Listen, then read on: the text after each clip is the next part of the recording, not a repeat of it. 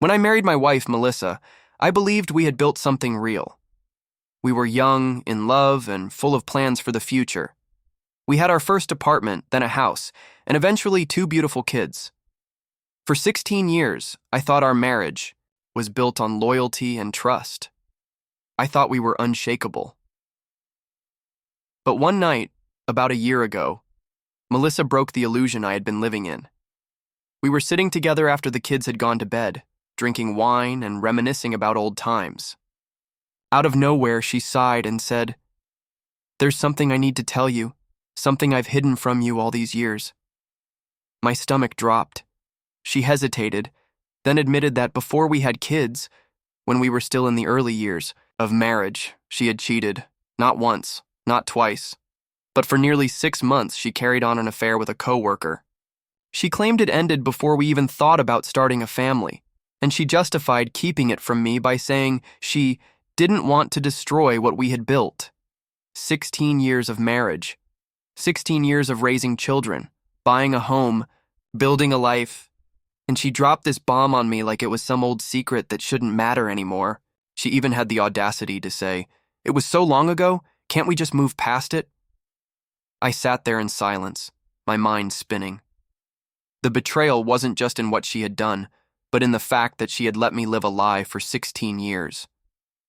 Every anniversary, every holiday, every milestone, we celebrated on top of a foundation built on lies.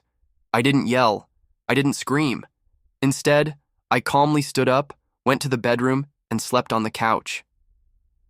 She begged me the next day to forgive her, insisting that she hadn't cheated since, that it was just a mistake of her youth. But the damage was done. Something inside me snapped. I couldn't unhear her confession.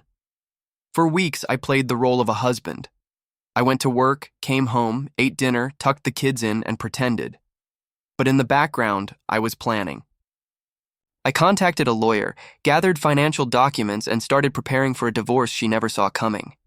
Melissa thought the worst was over, that since I hadn't exploded, I must have forgiven her. What she didn't realize was that every calm nod, every quiet dinner, every goodnight kiss was another step toward the door.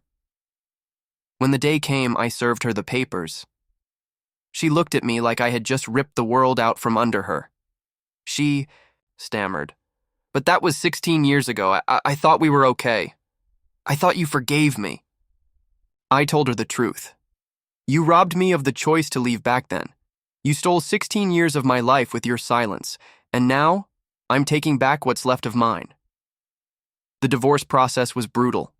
With the evidence I had and the fact that her infidelity was documented, even if it was years ago, the judge wasn't sympathetic to her. I kept the house, retained primary custody of the kids, and most of our assets remained with me.